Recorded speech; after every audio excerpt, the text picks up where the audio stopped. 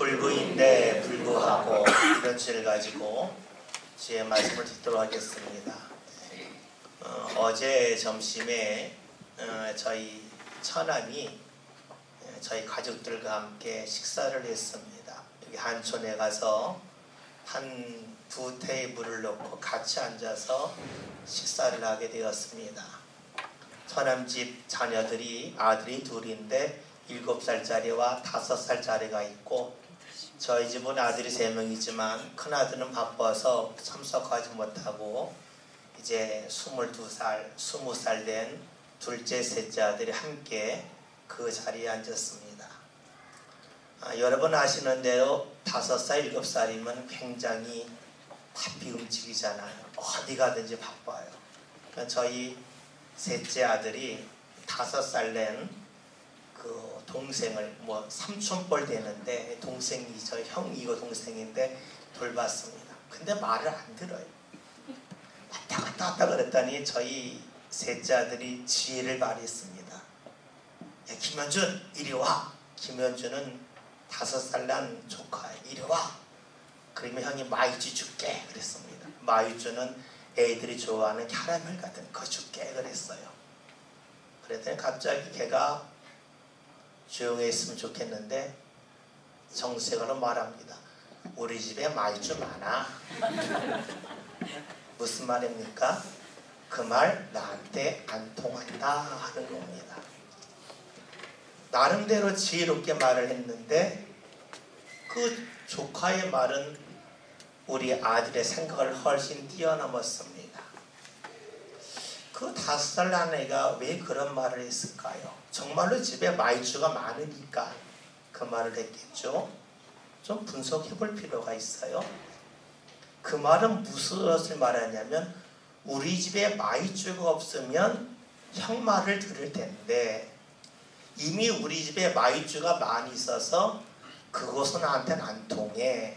그 말이 나에게는 더 이상 설득력이 없다는 뜻이 하나가 있겠죠. 또 하나는 마이쮸가 아닌 다른 것을 준다면 모르겠지만 내가 있는 것을 가지고 나한테 말하면 안 통해. 그런 뜻이 있을 겁니다. 아마 제가 이렇게 말할 때에 좀 불편하신 분도 있을 거예요. 목사님, 5살 난 아이가 하는 말을 가지고 뭘 그렇게 하나하나 분석을 하십니까? 라고 생각하는 분도 있을 겁니다. 저는 그런데 그 아이가 하는 말을 들으면서 야, 이것은 아이들만 그런 말을 하고 그런 생각을 하는 것은 아니라 하는 생각을 가졌기 때문입니다. 고깃집에서 불판이 있습니다. 위험합니다. 이리로 오라고 하는 말은 정당한 말이고 옳은 말입니다. 근데 그 말을 듣게끔 하기 위해서 그에게 무언가 상품을 걸었습니다. 마이쮸라고 하는 상품을 걸었습니다. 옳은 말을 하고 그 옳은 말을 따르면 거기에 걸만한 상품을 주겠다는 것이지요.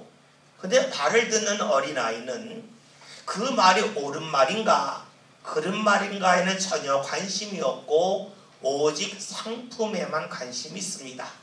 근데 그 상품이 내가 없는 것이라면 그 상품을 준다고 할 때에 귀를 기울이고 자신의 행동을 바꾸겠지만 그 상품이 자신에게 있는 것이라 그러면 더 이상 그 말을 들을 필요가 없다는 겁니다. 다시 말하면 어떤 말을 들었을 때에 내가 가지고 있는 것, 내 소유에 따라서 내 상황에 따라서 그 말을 들을 수도 있고 그 말을 듣지 않겠다 하는 것이지요. 마이쮸가 없다면 그 말을 듣겠지만 마이쮸가 있으니까 그 말 듣지 않겠다는 겁니다. 내가 가지고 있는 소유에 따라서 그 말이 옳든지 그르든지 간에 들을 수도 있고 듣지 아니할 수도 있다 하는 것이지요. 여러분 이렇게 본다면 이 어린아이의 반응이 우리 어른들의 모습과 크게 다르지 아니함을 발견할 수가 있습니다. 누군가 나에게 말을 할 때에 그 말을 듣고 나한테 어떠한 상급이 올 것인가 하는 생각이 대부분에게 있습니다. 그런데 똑같은 말이라 할지라도 내가 무언가 부족하고 나한테 좀 아쉬운 것이 있다면 상대의 말을 존중하고 그 말을 듣습니다. 그러나 나에게 여유가 있다면, 내가 풍요롭다면, 나에게 아쉬움이 없다 그러면 그 말을 웃고 맙니다. 그 말을 더 이상 귀하게 여기지 아니한다는 것이지요. 근데 이것이 사람과 사람 사이에서만 나타나는 모습일까요? 그러하지 않다는 것이지요.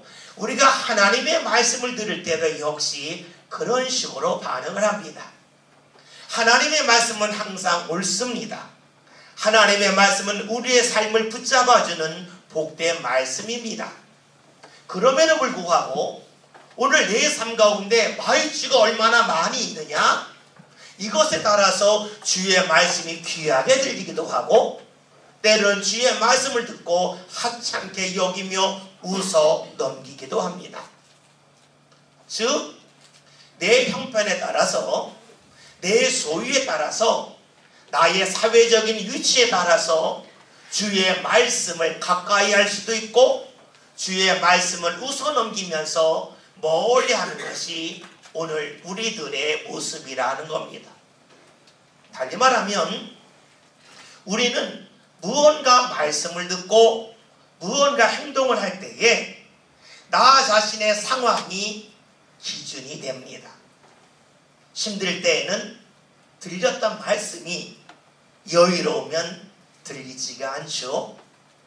나 자신이 판단의 기준이 됩니다.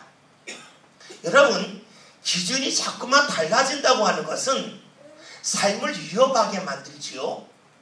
기준은 늘 일정해야 됩니다. 생각해 봅시다. 고깃집에서 고기를 팔 때에 저울에 달아 팔죠. 저울이 일정해야 됩니다. 저울이 자기 마음대로 움직입니다. 저울의 감정에 들어가서 추운 날, 더운 날 무게가 달라지고, 또 사람의 얼굴을 보고 무게가 달라진다 그러면 그 저울은 잘못된 저울입니다. 만약에 저울을 작동하는 사람이 나와 가까운 사람이었을 때에 저울의 추를 움직여서 무게가 더 적게 나가게 하고, 내 마음에 들지 않는 사람이 올 때에 저울의 추를 움직여서 무게가 더 나가게끔 한다면 그것은 일종의 사기입니다. 기준이 달라지는 것 사기지요. 우리는 사기를 친 사람을 향하여 죄를 범했다라고 말합니다. 즉, 내가 기준이 되어서 내 생각에 따라서 내 마음의 기준이 달라지는 것은 다른 말로 하면 사기치는 겁니다. 다른 말로 하면 죄를 범하는 것이라는 거죠. 그런데 여기서 자유로울 사람은 한 사람도 없습니다. 모든 사람은 늘 내가 중심이 되기를 원합니다. 그리고 내 상황에 따라서 누군가의 말을 들을 때에, 때로는 하나님의 말씀을 들을 때에도 그 말씀을 듣기도 하고 멀리 하기도 합니다. 그 모든 이유의 가장 밑바닥에는 내가 중심이 되려고 하는 그 모습입니다. 즉, 내가 중심이 되겠다고 하는 것이 죄라 하는 것이지요. 오늘 성경에서는 사람들의 이런 모습을 이렇게 지적해주고 있습니다. 본문 23절의 말씀을 다 같이 함께 읽겠습니다. 말씀 읽습니다. 모든 사람이 죄를 범하였음에 하나님의 영광에 이르지 못하더니. 아멘. 말씀을 봤더니 모든 사람이 죄를 범하였다는 겁니다. 즉, 모든 사람이 늘 내가 기준이 되어서 나 스스로 상황에 따라서 내 위치에 따라서 판단하고 받아들이는 것이 달라진다는 것입니다. 그런데 오늘 말씀을 보면 모든 사람이 죄를 범하였음에 라고 하는 말씀이 있는데, 죄를 범하였음에 라고 하는 말씀은 과거형을 말합니다. 과거에 죄를 범하였기 때문에 하나님의 영광에 이르지 못한다. 이르지 못하는 현재형입니다. 말씀이 좀 이상하죠.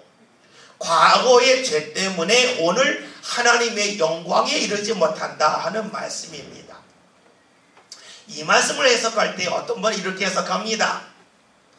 인류의 조상 아담이 에덴 동산에서 선악과를 먹었기 때문에 그 죄로 인하여서 오늘 우리들이 하나님의 영광에 이를 수 없다라고 해석하기도 합니다. 물론 설득력 있는 해석입니다. 그러나 우리의 시대로 볼 때의 그 말씀은 좀 받아들이기가 좀 거북스럽습니다. 여러분 생각해 보세요. 부모가 잘못해서 자녀가 차별을 받는다.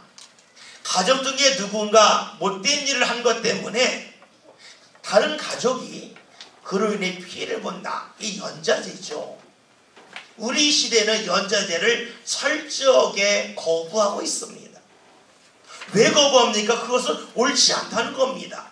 부모의 삶은 부모의 삶이고 자녀의 삶은 자녀의 삶인데 왜 부모가 잘못한 것을 자녀에게 떠넘기느냐? 받아들일 수 없다는 것이죠. 우리가 이런 관점으로 본다면 모든 사람이 죄를 범하였다. 이 과거의 일로 인하여서 오늘 우리가 하나님의 영광에 이르지 못한다는 말씀, 즉 아담의 범죄로 인하여서 우리가 하나님 앞에 나아갈 수 없다고 이 말씀을 받아들이기는 어렵습니다. 그런데 우리 여기서 생각해 볼 것이 있습니다. 왜 과거의 죄를 범하였음에 라는 말씀이 나올까 하는 겁니다. 사람은요, 늘 자신이 옳은 것을 택한다고 생각을 합니다. 학창시절에 시험을 본 기억이 다 있으시죠? 시험을 볼 때 여러분 어떤 답을 씁니까? 내가 맞다고 하는 답을 씁니다. 아, 이 답이 맞을 거라 내가 추측하고 그리고 내가 생각하는 것에 답에 체크를 하지요. 사람들이 무언가 체크할 때에 무언가 판단할 때는 내 생각에서 가장 옳다고 하는 것을 가지고 결정을 짓습니다. 그런데 그것이 잘못된 것이 언제 드러납니까? 시험을 볼 때에는 내가 옳다고 썼어요. 그런데 그것이 잘못된 것이라고 드러나는 것은 한참 시간이 지난 다음입니다. 잘못된 것을 지금 했지만 잘못된 것이 드러난 것은 과거가 아니고 현재도 아니고 미래입니다. 미래 관점에서 볼까요? 내가 과거에 잘못한 것을 오늘에서야 깨닫습니다. 오늘 잘못한 것을 미래에 깨닫습니다. 죄를 범한 것은 분명 과거이지만 그것이 죄로 드러나고 죄로 느껴지는 것은 과거가 아니라 오늘입니다. 그렇다면 우리는 이 말씀을 이렇게 읽을 수가 있습니다. 내가 잘못된 죄를 범하였는데 그 죄를 알지 못하였지만 어느 날 죄를 내가 깨닫게 되었을 때에 이미 죄는 과거에 범한 것입니다. 그로 인하여서 나는 하나님의 영광에 이르지 못한다라고 볼 수가 있습니다. 여러분 그렇죠? 사람은 죄를 범하려고 범하는 경우는 거의 없습니다. 옳게 하려고 했지만 내가 판단을 잘못해서 또 때로는 그 상황이 옳다고 여기는 사람들이 많은 자리에 있어서 죄를 범하기도 합니다. 그런데 그 죄를 깨닫게 된 후에 우리에게 일어나는 일은 무엇인가? 오늘 성경은 말씀합니다. 하나님의 영광에 이르지 못한다 하는 것입니다. 여러분, 왜 우리가 죄를 범하면 하나님의 영광된 자리에 나갈 수가 없을까요? 간혹가다 우리는 이 매스컴을 통해서 극악한 범죄를 범한 사람들을 볼 때가 있습니다. 그런데 그 사람들의 공통된 모습이 하나 있습니다. 그것은 모두가 고개를 숙인다는 겁니다. 죄가 드러나기 전까지는 고개를 빳빳이 들고 다녔는데 죄가 드러나는 순간에는 고개를 다 숙입니다. 옆에서 말합니다. 고개 드세요, 고개 드세요. 못 듭니다. 왜냐하면 머리가 너무 무겁기 때문입니다. 내가 죄인임이 드러나기 전에는 머리가 무겁지 않았어요. 내 목으로 충분히 내 머리를 지탱할 수가 있었어요. 그러나 내가 죄인임을 깨닫는 그 순간에는 머리가 무겁게 느껴집니다. 내 목으로 내 머리를 지탱할 힘이 없어집니다.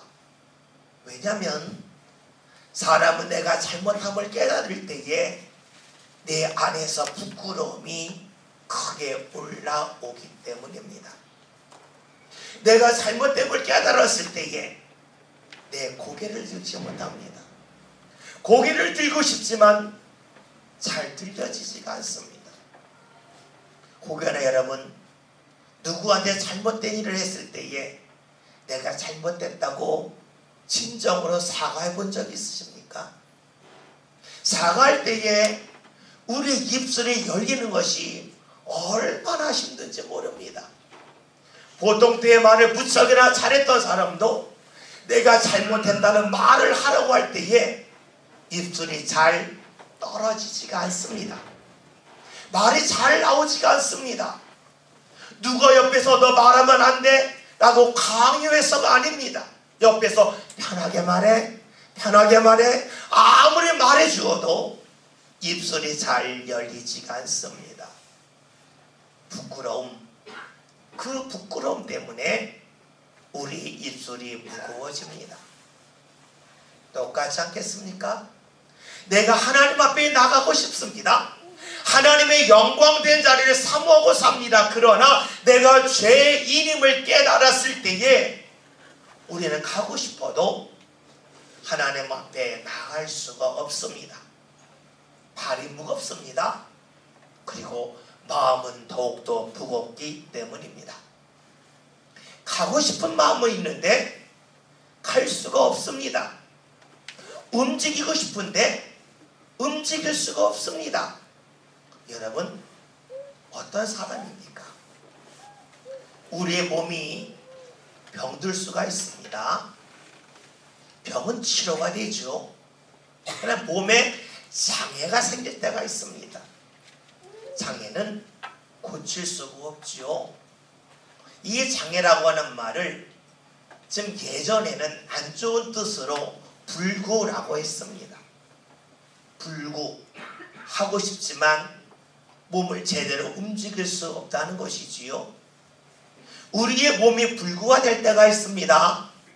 마찬가지로 우리의 삶도 우리의 영혼도 불구가 되기도 합니다.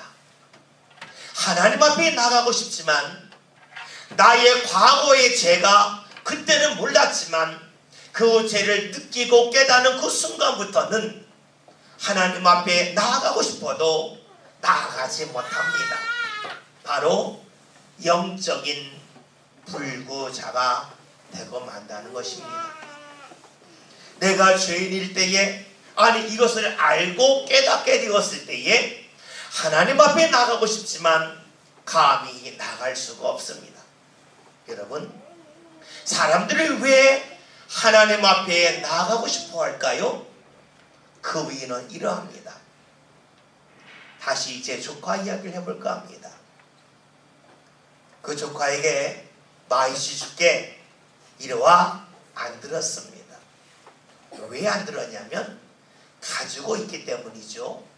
그런데 그가 보는 것이 있습니다. 그것이 언젠가는 떨어진다는 겁니다.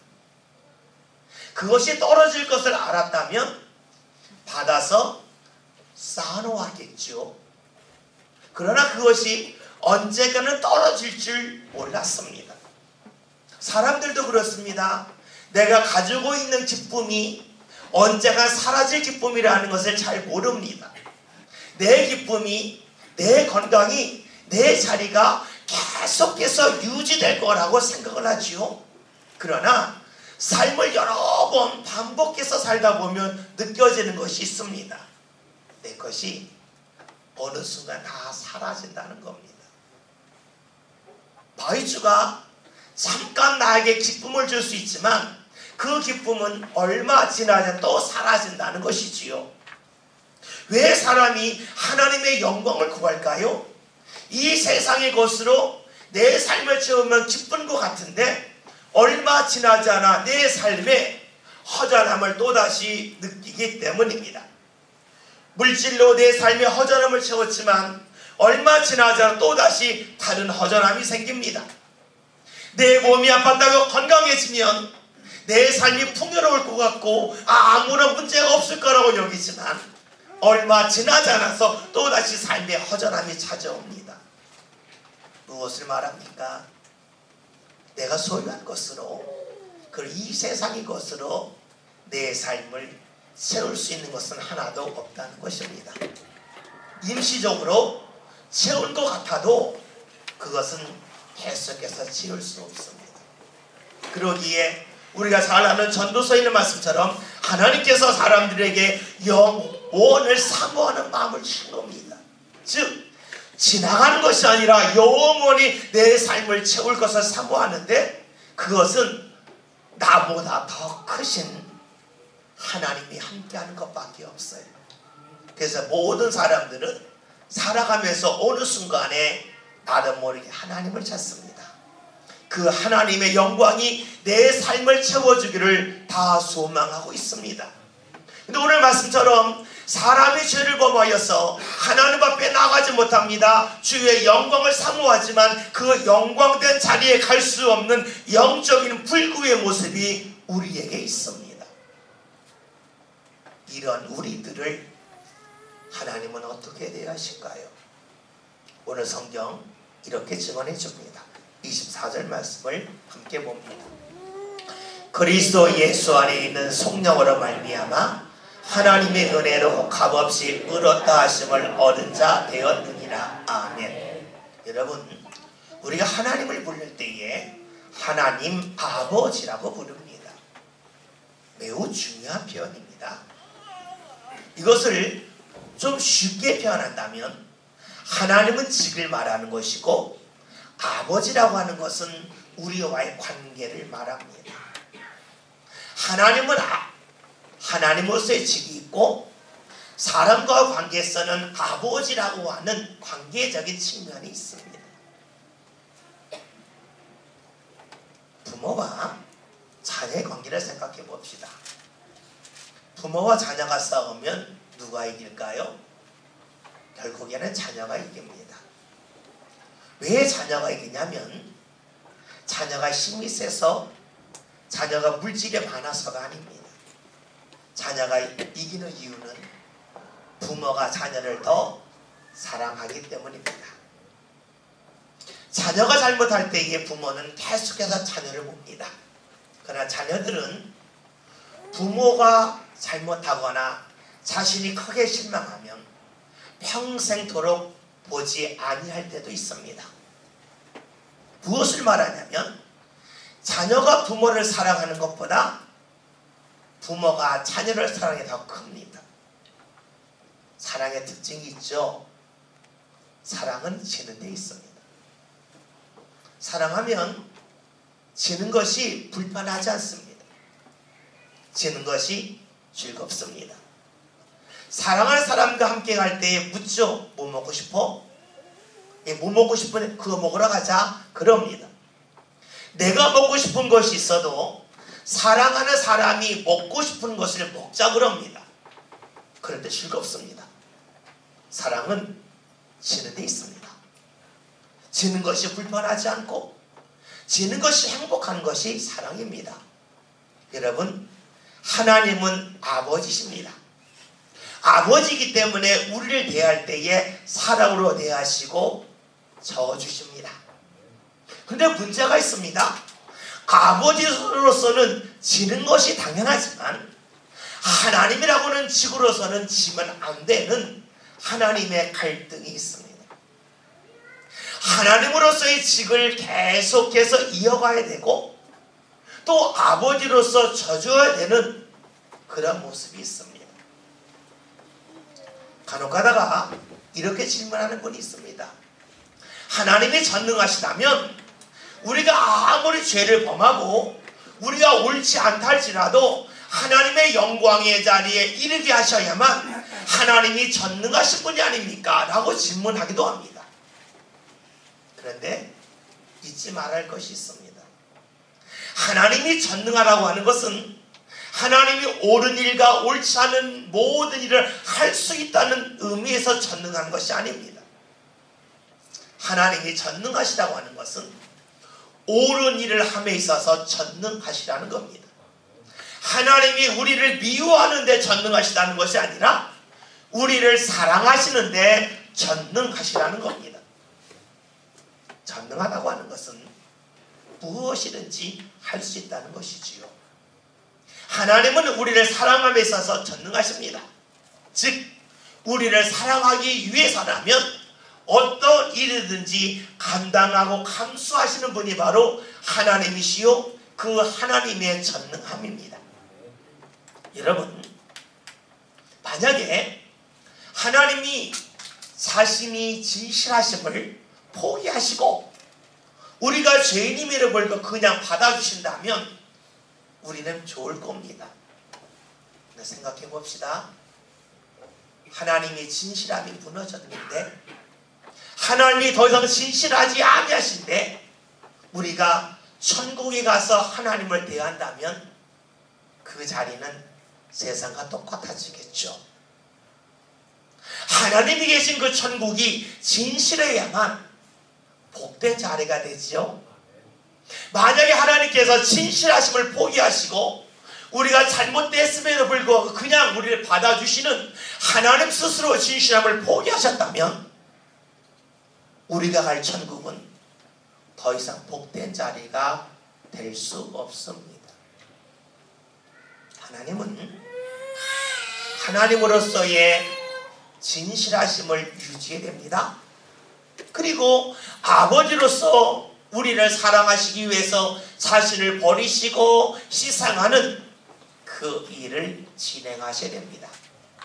그 방법이 무엇입니까? 그 방법은 하나님께서 독생자이신 예수님을 이 세상에 보내셔서 우리의 죄를 대신해서 감당케 하시는 일입니다. 오늘 말씀 24절에서 그리스도 예수 안에는 성령으로 말미암아라는 말씀입니다. 성령이라고 하는 말은 대신 값을 지불했다는 것이지요. 이런 질문 한 번 있습니다. 하나님이 누구에게 값을 지불했습니까? 마귀에게 값을 지불했습니까? 라고 묻는 분도 있겠지만 그렇지 않습니다. 하나님 스스로에게 값을 지불합니다. 예수님을 통해서 우리의 죄를 대신 지게 하시고 우리의 죄를 대신해서 감당하게 하심을 통해서 하나님 스스로 진실하심을 이어가십니다. 하나님께서 아버지로서의 역할, 사랑하는 일, 져주는 일을 합니다. 자녀들이 오지 못하면 내가 너에게 다가서겠다. 이것이 부모지요. 하나님은 우리 아버지시기에 우리가 하나님 앞에 감히 나갈 수 없을 때 그러면 내가 너에게 다가가겠다. 그리고 너를 붙잡고 나 있는 대로 이끌고 오겠다. 이것이 바로 아버지 하나님의 마음이십니다. 그래서 하나님께서 예수님을 보내주셔서 우리의 죄를 대신 짊어지게 하시고 우리의 죄를 속량하게 하심을 통해서 우리로 하여금 하나님의 영광된 자리에 이를 수 있도록 인도해 주십니다. 여러분, 우리가 하나님 앞에 가는 것은 우리의 능력이 아니지요. 철저하게 하나님께서 우리를 사랑하셔서 우리에게 져주시고 우리를 붙잡기 위하여 하나님이 희생하신 일이지요. 그러기로 성경은 말씀합니다. 하나님의 은혜로 값없이 의롭다 하심을 얻는 자 되었다는 겁니다. 우리가 어떤 값도 지불하지 않았지만 하나님이 모든 값을 다 지불하셔서 우리의 죄를 속량해 주시고 우리로 하여금 하나님 앞으로 나갈 수 있는 길을 열어주셨다는 것입니다. 여러분, 대림절 기간입니다. 예수님이 오시는 것을 기다리는 주간이지요. 성탄절이 왜 우리에게 복된 날이 됩니까? 선물을 주고받기 때문일까요? 공휴일이기 때문일까요? 그렇지 않습니다. 성탄절이 복된 것은 예수님이 오심을 통해서 우리가 하나님 앞에 나갈 수 있는 길이 열렸기 때문입니다. 이 성탄절을 누가 기쁨으로 준비할 수 있을까요?